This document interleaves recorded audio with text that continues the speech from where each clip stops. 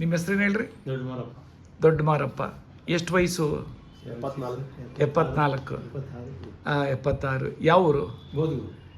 ಏನು ಚಿಕ್ಕಬಳ್ಳಾಪುರ ಡಿಸ್ಟ್ರಿಕ್ಟು. ನಿಮ್ಮದು chronic kidney disease ಮತ್ತು ಶುಗರಿಂದ ಬಂದಿದ್ರಿ. ಮೊದ್ಲು ಹೆಂಗಿತ್ತು, ಇವಾಗ ಹೆಂಗಿತ್ತು ಹೇಳಿ? ಅಲ್ಲ, ಮೊದ್ಲು ಹೆಂಗಿತ್ತು? ಮೊದಲು ಏನು ಹೇಳಿದ್ರು ಡಾಕ್ಟ್ರುಗಳು? ಡೌನ್ ಆಗಿಬಿಡೋದು, ಫುಲ್ ಡೌನ್ ಆಗಿಬಿಟ್ಟಿತ್ತು. ಹಾಂ, ಈಗ 40-50 ಬಂದಿದ್ದು ಶುಗರು. ಹಾಂ. ಎಷ್ಟಿರ್ತಾ ಇತ್ತು ಶುಗರು?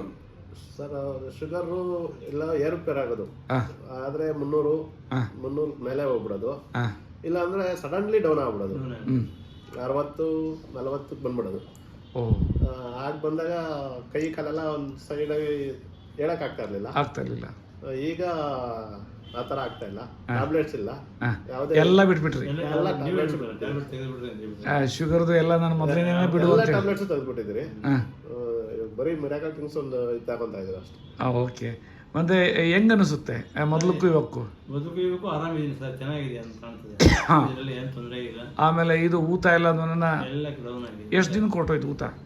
ಕಾಲು ಊತ ಸರ್ ಕಾಲು ಅಂದರೆ ಒಂದು ವಾರಕ್ಕೆ ಹೋಯ್ತು ಸರ್. ಒಂದು ವಾರಕ್ಕೆ ಹೋಯ್ತು. ಒಂದು ವಾರಕ್ಕೆ ಹೋಯ್ತು. ಆಮೇಲೆ ನಿದ್ದೆ ಎಲ್ಲ ಚೆನ್ನಾಗಿ ಬರಕ್ಕೆ ಯಾವಾಗ ಇರ್ತದೆ?